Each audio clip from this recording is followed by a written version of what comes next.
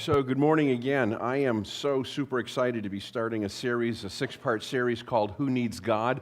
And if you're here visiting, this is going to be really good for you to hear, and for everybody else, it's going to be good for you to hear so that when you're out there talking with people, you can kind of have some good information to share. And I just want to let you know that those of you that are members of New Life, you come here, this is going to be highly controversial. I tell you, I'm sure I'm going to get some phone calls from some people saying I've gone off the deep end, but it's going to be a great series. So we're going to jump right in. But of course, as always, we don't just jump in without a little humor. So there was a doctor. He was a proctologist.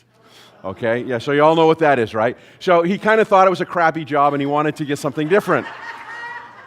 So he basically said, you know what? He goes, all my life I wanted to be an auto mechanic. So he quit being a doctor, quit being a proctologist, and he went to auto mechanic school. And 2 years of auto mechanic school, and then the last semester, 100% of the grade was on the last project. And the project was that they had to disassemble and then reassemble an engine. And so the possible grade was 100, and that was you were either going to fail or pass. And so he does the test, and then he gets his score back, and he got 150. And he was like, how is that possible? So he went to his instructor, and he said, listen, I understand the highest grade you can get is 100. How did I get 150? And he goes, because of this. He goes, disassembling, you were perfect, 50%. Reassembling, absolutely outstanding, 50%. The fact that you did it all through the tailpipe,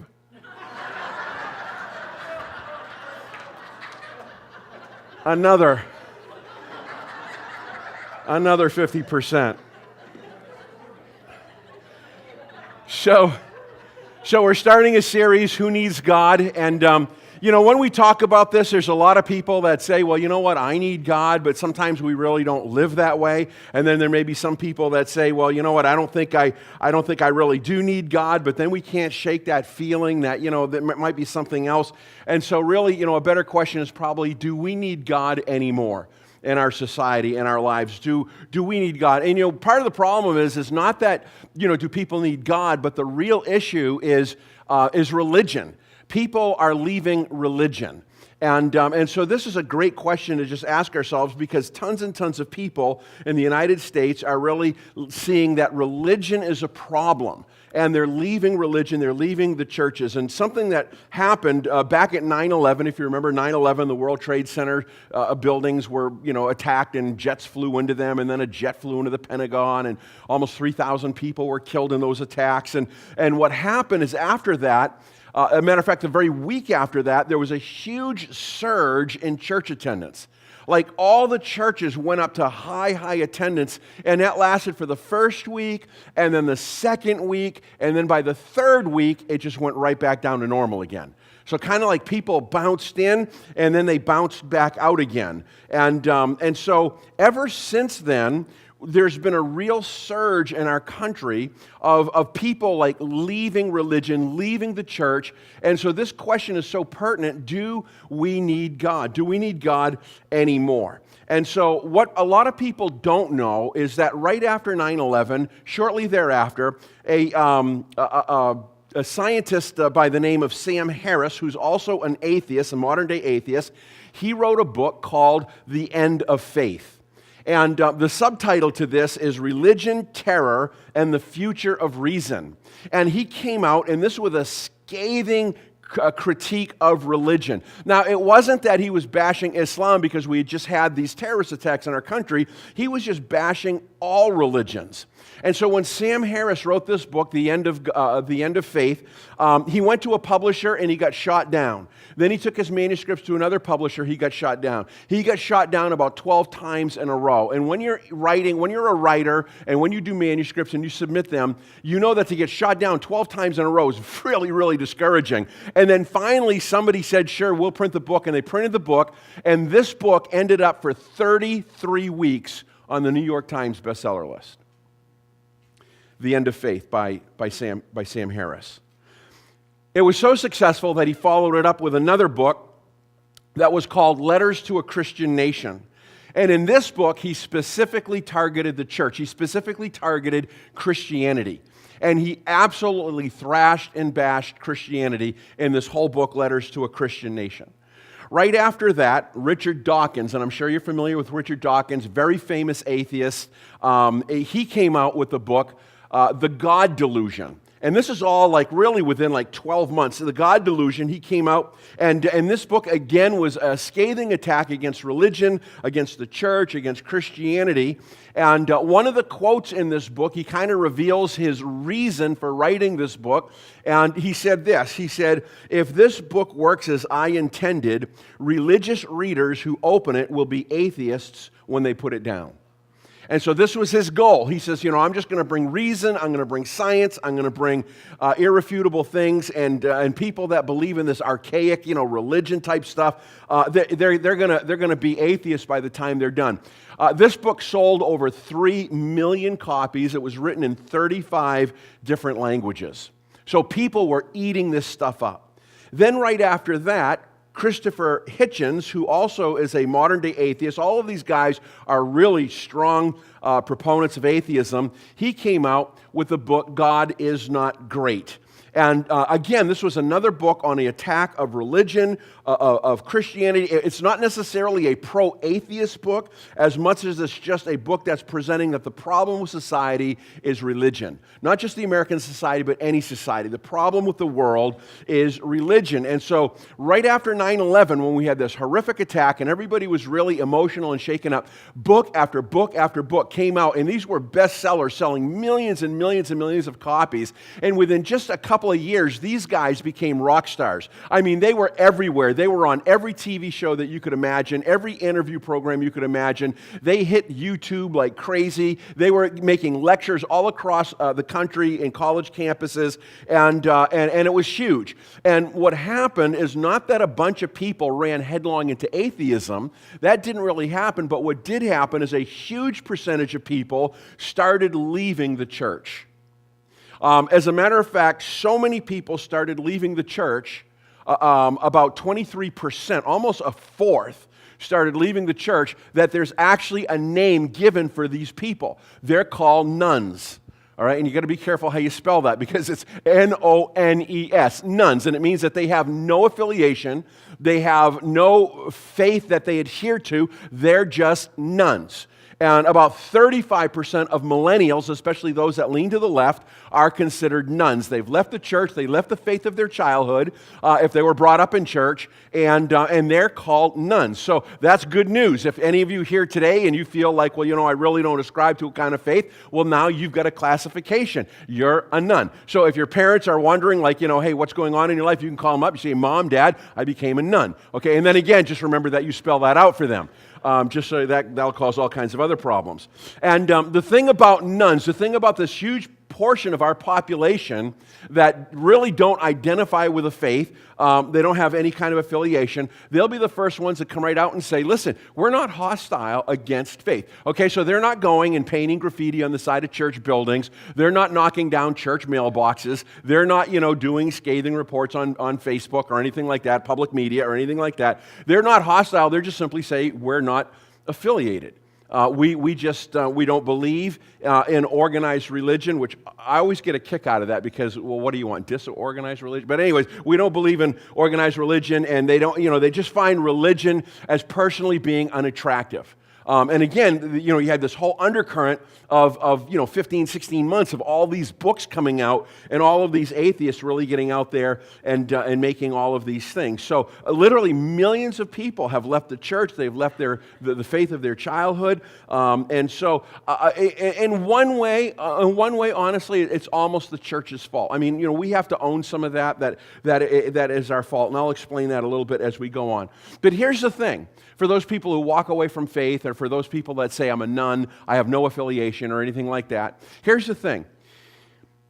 When you read the Gospels in the Bible, when you read the narrative stories of the historic figure of Jesus of Nazareth, okay, because we can't deny the fact that there was a human being that walked this earth about 2,000 years ago called Jesus of Nazareth, and when you read the eyewitness narratives of his life, there's one thing that comes screaming out from those stories, and that is this, that people who were nothing like Jesus liked Jesus.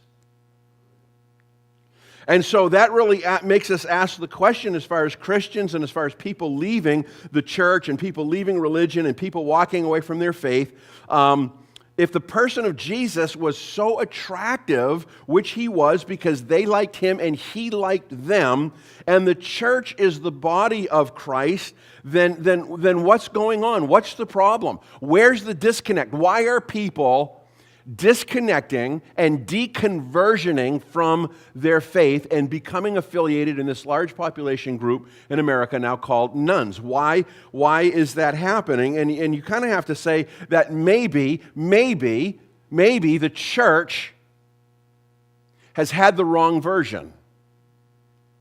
Maybe we've had a wrong representation. Maybe we have a wrong version of what's going on. Because when you hear stories of people deconverting or deconversion stories, people who are saying, you know what, I grew up in church, I was raised in church, I don't want anything to do with church, my life is just full, and it's kind of unattractive, and I'm really busy right now. And when you hear these stories of people who don't go anymore, and there's a million different reasons. Some people, they go away to college, they get to college, they find these professors that are very, very smart, and they come out with reason and philosophy and science and evolution, and the kids feel like they have no argument against that, and they start getting turned, and maybe it was a book that they read, such as, Sam Harris's or Richard Dawkins or Christopher Hitchens, or one of these books that they read, and it began to turn them, or maybe they were being tagged as, you're a hater, you're homophobic, you're homo-Islam, or whatever it might be, to be associated with Christianity. But whatever, all these people, the stories of these people leaving really have nothing to do with biblical Christianity. The reasons why they leave have very little to do with biblical Christianity. So today, I want to talk about atheism. And I do have an agenda. If you're here and you're leaning towards atheism, or if you have friends that are atheists, this is very, very important, okay? I'm not going to argue for or against. I just want to enlighten you. I just want to take a little bit of time this morning and just enlighten you on modern day atheists, because the guys who wrote all these books that are now considered modern day atheists, they absolutely tell us what modern day atheism is. And it's probably not what a lot of people think. But they do tell us this is what, this is modern day atheism. And because atheism is not just not believing in God. All right? Atheism is not just not believing in God. This is what they would say. You can't, or this is what I would say. You can't move away from something without moving towards something else. You can't move away from something without moving towards something else. So you can't say, I'm moving away from faith, I'm moving away from a belief in God, I'm moving away from the church, I'm moving away from my childhood faith, or whatever, without moving towards something. And so what I want to do is educate you on what is it possibly that you could be moving towards. Because again, they really spell it out. They explain what it is. And this is what they say. Atheism is a complex, now get that, atheism is a complex belief system. Now, I'll tell you what, man, and personally, I really wish the Supreme Court would get a handle on this. I really wish our courts would get a handle on this. Because we can teach this in our public school systems and get away with separation of church and state, but you can't get in there and teach anything else. But it is a belief system. You're believing something. It's a belief system that logically leads to some unsettling conclusions. And just because something's unsettling doesn't mean that it isn't true. And so again, I'm not arguing for, I'm not arguing against. I just want to present what they say modern atheism is today, because some people stepped away from Christianity because they said that within Christianity or within reading the Bible or within what was being taught in churches, they found things that were unsettling. Okay, like, Jonah and the whale. It's like, come on, that's fictitious. That's unsettling. That's kind of like a nursery rhyme. David and Goliath, like a giant, right. Come on, So just because something's unsettling doesn't necessarily true on either side, no matter what side you're coming from. And so you just need to know what atheism looks like in 2017 modern culture. And so I want to inform you. So I'm just going to real quickly, I want to go through 6 points of modern-day atheism. And this is basically described by atheists themselves, by Christopher Hitchens and by Richard Dawkins and by Hawkins and by Samuel Harrison, by all of these guys that are the brainiacs within atheism and evolution and all these things. So here's the thing. I mean, if you're giving up on God, okay, understand that, but you can't leave something without moving towards something else, and here might be an alternative of what you're moving towards, and you probably want at least to understand what it means, okay? So I'm going to give you 6 points. The first 3 you probably haven't heard before that much, and the other 3 are probably, everyone I'm pretty sure here has heard it. So the first one is basically what's called the illusion of the mind. The illusion of the mind basically is this. If there is no God, if there is no all-knowing, all-wise mind out there, then there is no you. Because the mind is just an illusion.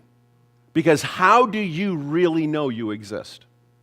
What is the proof? What is the scientific data proof that you can give to somebody that you even exist? You see, if all there is biology and chemistry and physics and science, there's no place for something like the mind in there. There's no place for something that has become so animated and so self-aware and so with the ability of reason and so with the ability of motion that did not come from simple biology. As a matter of fact, Christopher Hitchens, who died, he died of cancer. He actually got pneumonia as he was dying of cancer and died from pneumonia. And while he was dying, he said, you know what, I'm going to journal my dying experience. Because here's a guy that believes that when he dies, the light goes out and that's the end of the story. He's an atheist. He just believes that life is just biology. And when that biology ends, there's nothing more beyond that. And so he writes this book and he starts journaling his life and going through everything that's going through his life. And he gets to where he's talking about the doctors, because the doctors are trying to treat him and the doctors are trying to help him. And the doctors were using doctor terms, right? They were telling him like, hey, your body is really fighting and your body's reacting to this and your body is struggling. And they kept on along this line of talking to him when finally he spoke right up to the doctors and he said, listen, I don't have a body. I am a body. Now, when you think about this for a minute, because basically what he's saying is there is no immaterial part of me. There is no spirit. There is no soul. I am just biology, and my body is me. And it's a very interesting thought, but here's the thing, you can't live like that. You can't live like I'm just biology and everybody else around me, you're all just biology. My wife's just biology. My kids, my friends, they're all just biology. People I know, it's just biology. It's okay to say that, it's the illusion of the mind and our personalities really aren't there because we can't prove that we exist and this is just biology and that personality is going to be snuffed out. So, what does it matter? The illusion of the mind. The second one is the illusion of free will. That if everything is biology and physics, then everything is determined. And this is what they teach. This is what they believe, that free will doesn't match a universe of strictly physics. There's no free will in there. As a matter of fact, everything and everyone in every decision is an illusion. So Stephen Hawkins, he's the guy in the wheelchair with suffering from ALS, and he, speaks through it like a microphone type thing. He calls this determinism, that everything is determined. And so it's just an illusion of free will. We're just biology, we're just physics, and it's illusion, and it's called determinism. However, in one of his books, which is kind of funny, this is what he says. He says, I have noticed that even people who claim that everything is predestined and that we can do nothing to change it, look before they cross the road. So there's a little observation, like everything's determined, but I think I'm still going to look both ways. And that's kind of funny. So here again, listen, something may be unsettling, doesn't mean that it's not true, but it's unlivable. These things are you just can't live like we're just biology.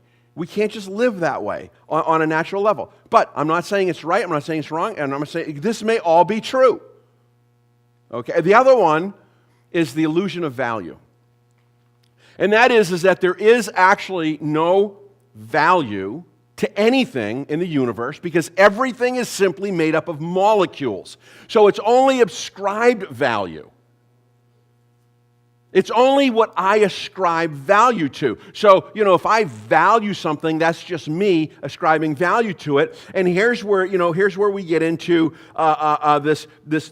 this thing about I'm giving something value, you're giving something value, and it's really easy, and especially the nones, the no-affiliated churches, they'd be the ones to say, you have your truth and I have my truth, and leave me alone. What's true for you is not necessarily true for me, and what's true for me is not necessarily true for you, because it's just what I value. This is something I value, this is something you don't value, and then just, let's just leave it alone. And here's the problem, is that works with value, but it doesn't work with justice. Because justice, if you go along with this reasoning, is just what we want it to be. And that creates a really big problem. Because, somebody may value climate change and the science behind climate change. But then they begin to ascribe justice or injustice against those people who don't hold that value. And now they want accountability. Because if you don't believe in climate change, you're part of the problem. That's why our nation is, that's why our country's warming up. Listen, I firmly believe in climate change. I'm from New Hampshire. Right? I mean, dude, 10 days ago it was 70 degrees. Now it's 5 below zero. It's like, that's climate change. So, and somebody may say, I value a woman's right. Keep your laws off a woman's body. It's a woman's right, and that's their value. And we may say, well, I value life and the sanctity of life. And, that's not just your body, that's a baby. And that's okay as far as values go. But when you start attributing justice to that, it doesn't pan out the same way. And you can take any argument about that. You can take any argument about that. It doesn't work when it comes to justice, and the reason it doesn't work is because I want you to be held accountable to my system of justice. I can say I value something, you can say you value something, and that's fine, we can all get along. But when it gets to justice, it doesn't work that way. I'm going to want you accountable. So even if this stuff is true, so even if the illusion of the mind is true, even if the illusion of free will is true, even if the illusion of value is true, it's really, really, really difficult to live that way. It's almost impossible to just say we're nothing more than an assembly of molecules with no real purpose in life, no real existence. And so these are the three that you probably haven't heard about. So the other three, I'm sure you've heard about. I'm sure you know them. And the first one is that something came from nothing. And so this is, basically an atheistic view. This is an evolutionary view that something came from nothing. And now they talk about the Big Bang. They talk about the universe being condensed to the size of a period, and it was spinning, and boom, it exploded, and everything came from that. And that's wonderful, but they can't explain beyond the Big Bang. They can't go beyond that because there's nothing beyond that. You can't say what happened before that because there's no time before that. And it becomes really, really confusing for them to begin to try to explain that because they can't explain time, matter, space, and motion. They can't explain the basic laws of nature, the basic laws of physics, the basic laws of thermodynamics. They can't explain that. So they can't conceive what happens before the Big Bang. Even though they say the Big Bang is how it all began, they can't explain it or go beyond that. As a matter of fact, Richard Dawkins, and you need to understand that these guys are brilliant in their fields. They're the noted ones around the country. And Richard Dawkins said that cosmology is waiting on its Darwin. In other words, we didn't understand how life came. For thousands of years, the Jewish faith and the Christian faith were saying that there was a God that created, but we don't believe in God. And so there wasn't a creation, so how did this happen? And then Darwin comes along, and he theory of evolution and the survival of the species and blah, blah, blah. And bam, okay, now we understand that piece. But when it gets to the Big Bang, when it gets to the beginning of the universe, the origin of the universe, this is what they say. Cosmology is waiting on its Darwin. In other words, we need somebody sometime soon, some brilliant guy to come forward and say, this is how it happened, because right now we don't have that. That's why it's a complex belief system. They're believing something that they don't have any evidence on yet. They're waiting for their Darwin to come up and kind of make sense of what in the world is going on. So something came from nothing. The fifth one is that first life emerged from no life with no help. So first life, again, in the theory of evolution, it was just a matter of molecules and enzymes that got together. There was a spark, and somehow it became life. And so when you look at a protozoa, when you look at an amoeba, back then, especially in Darwin's age, and you just saw little blobs swimming around, you were saying, oh, that's so simple that just came into being. No life, or life rather, life came from no life. But here's the thing. There is no such thing as simple life. Only simpler life. So yeah, plant life is much simpler than animal life or even insect life. And cells are much simpler than plants, but cells are not simple. There's a law out there called the law of irreducible complexity, that when you reduce life to its most basic, simplest form, that you can't reduce it anymore without not having life, that it is still amazingly and mind-bogglingly complex. As one person said, you can't go from lifeless matter to the digital elegance of DNA. It's incredibly complex. When you get into DNA, when you get into proteins, enzymes, it's incredibly, incredibly complex. So nothing or something came from nothing. First life emerged from no life without help. And then number 6 is natural selection is responsible for all life after first life. So after first life, it was the evolutionary process, survival of the fittest, and on and on and on it goes. And this is, where Charles Darwin comes in and the theory of evolution. Which is funny because just the other day I saw a meme on Facebook, and it was a little picture of a monkey. And the monkey says, hey, how come I'm still here and you're still here, but all the other parts aren't here? That's a good question. Richard Dawkins, who again, these guys they're very smart. They're very smart men. We're not going to take that away from them. So in one of his books, he explains evolution. And when he explains it, if you read it at face value, it's actually funny, and it actually sounds like he's poking fun at evolution. But he's not. He's trying to be so profound in explaining evolution, but it really is. So it's a long text, but let's just kind of go through it. He says this. He says, think about it. On one planet, and possibly only one planet in the entire universe, molecules that would normally make up nothing more complicated than a chunk of rock, because everything's made up of molecules, on possibly only one planet in the entire universe, these molecules that wouldn't make up anything than a chunk of rock gather themselves together into chunks of rock-sized matter of such staggering complexity that they are capable of running, jumping, swimming, flying, seeing, hearing. And then he goes on and he says this, capturing and eating other such animated chunks of complexity, capable in some cases of thinking, feeling, falling in love with yet other chunks of complex matter. And you're like, what, dude, what are you talking about? I mean, just seriously, it's like, So it sounds like he's kind of making fun of it, but he's not. He's really trying to give a very complex, definition and instruction on how everything happens. And then he went on and he says, we now understand essentially how the trick is done. Basically what he's saying is because of Charles Darwin, we now know how it was done. And so, well, if it's a trick, then I guess you would want to ask, well, who's pulling the trick? So here's the thing.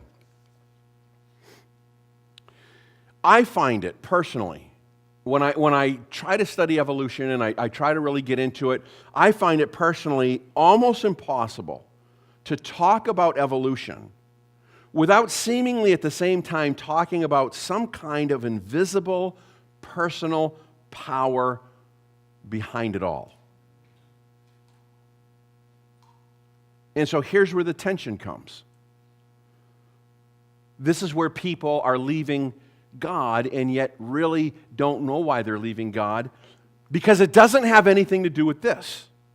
You see, if you're tired of religion and if you're walking away from the church, or if you know somebody that I don't want nothing to do with the church, I don't have time for that, it doesn't have anything to do really with this. It's not about where life comes from or evolution or even atheism. That's really not the root of it. At the end of the day, people are losing their faith because their version of God has lost its appeal. You see, science without God is screaming at you that he cannot exist. That's the force, that's the thrust of modern-day atheists. God cannot exist. There's no reason behind it. But for most people, deep down in their hearts, they're kind of like, yeah, but I think he does. I think there is something. There's got to be something. So at the end of the day, it's not about the science. It's not about the evolution. It's far more personal than that. At the end of the day, you're just losing faith in God. Or you're losing faith in your version of God. And so what I want to do for the next few weeks, if you hang in there and you commit to this series, I want to take the next few weeks and I want to try to convince you that the God you're losing faith in, or the God that your friends are losing faith in, that maybe that God doesn't even exist. Maybe that God doesn't exist. And some of it's going to be really controversial. If you've been a Christian for a while, your head's going to be spinning as well. So some of you that are visitors or you're doubters or you're nuns, you're going to be, I don't want to miss this because he's going to mess with everybody. Yeah, basically we are. So perhaps you have had the wrong God. You've had the wrong God. Now, maybe none of this matters. Maybe none of it matters. Maybe it is all an illusion. Maybe there is the illusion of the mind and the illusion of free will and the illusion of value. And, maybe first life came from nothing without any help and the evolution. Maybe it's all true. Maybe all of it is true. And there is no God. But this is what I know about you, and this is what I know about me. So we really hope not. Deep down in our hearts, if we're honest with ourselves, we really hope not. Because I don't think anybody that really is a rational thinking person would think that I have been brought into something and I have been self-aware and I have this incredible mind and I have reason and thought and emotions and personality and memory and I have all this stuff only to die and have all of that just go away like I never even existed and there's nothing else beyond? I think everybody, if they were really, really honest with themselves, would say, I really hope not. I really, really hope that that's not true.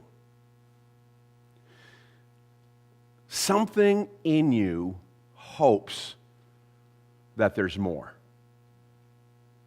And now listen to this. Don't miss this. Our only hope for that hope is God. So, who needs God? Well, maybe we all do.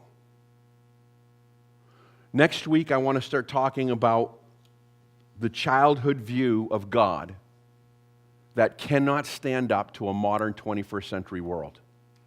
I want to talk about our childhood view of God that as we grow up doesn't change, and we end up with something that cannot withstand the time of modern day science, modern day evolution, modern day atheism, modern day attacks, and why people start losing hope in that version of God. Even though they're not running headlong into full-blown atheism, because that is, you can't leave something without going somewhere else, and that is another complex belief system. It is a belief, it is a faith. Are you people of faith? We're all people of faith. Nobody believes nothing.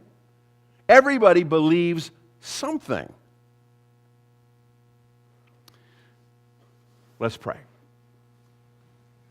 Father, I just pray that in the next 4 or 5 weeks that you would profoundly speak to our hearts, that you would challenge us in every way, and that we, oh God, would be given an understanding that we might better relate to the society in which we're alive in, that we might have better arguments, better reasoning, better truth to present to a generation of so many people leaving the faith, a generation of nuns that say we're not affiliated with anything, but deep down in their hearts really hope that atheism isn't true, really hope that there's something else. God, may we be used to bring forth message of hope. In Jesus' name, amen.